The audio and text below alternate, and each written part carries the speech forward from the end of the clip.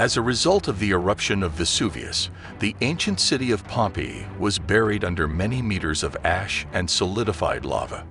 Pyroclastic flows, which reached a temperature of 800 degrees Celsius, carried on the city at a speed of 700 kilometers per hour. On that fateful day, in the city of Pompeii alone, more than 2,000 people died. Fear-stricken people fled to the sea, and it was rapidly receding, leaving sea animals on the sand.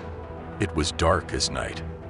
From the notes of Pliny the Younger, for a long 18 centuries, the location of Pompeii was forgotten, and the once thriving city itself was considered a fiction, the mothballed city. Before the tragic events of 79, fertile land, warm sea, mild climate did their job, and Pompeii quickly turned into a Rublovka. On the first line built their homes rich and noble people.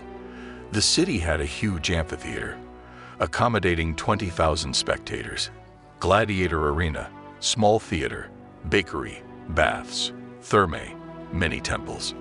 Lupanar. Life expectancy at that time was too short. People, especially men, tried to enjoy life.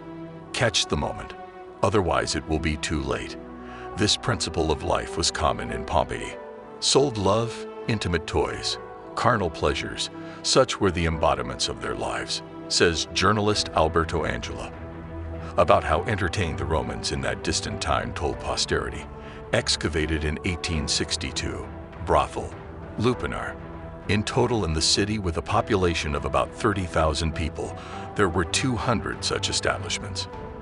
But this one, located in the center, was the largest and fashionable. On the first floor of the two-story building there were 5 rooms. Cubicle. Each room had only a stone bed, wide, but for some reason very short, about 170 centimeters. Here, magnifiers worked. Opposite the entrance there was a latrine. In the lobby there was a place for mom. The second floor was intended for lustful men with a thicker purse, but the conditions and furnishings were exactly the same. Erotic comics. To excite visitors, the walls of the brothel were painted with obscene drawings. Their content only emphasized that here was a kingdom of debauchery. It's possible that the murals also served as advertising posters. There are also testimonials from satisfied customers on the walls. In antiquity, there was no concept of sinfulness. Intimacy was treated with less sensitivity. There were no taboos. Eros is the god of fertility, and a lamp in the form of manhood, a common household item, wrote Antonio Varone. Scientists for a long time could not decide what to do with pornography. In 1819, the excavations were visited by King Francesco, but not alone, and together with his wife. What he saw shocked the monastic couple.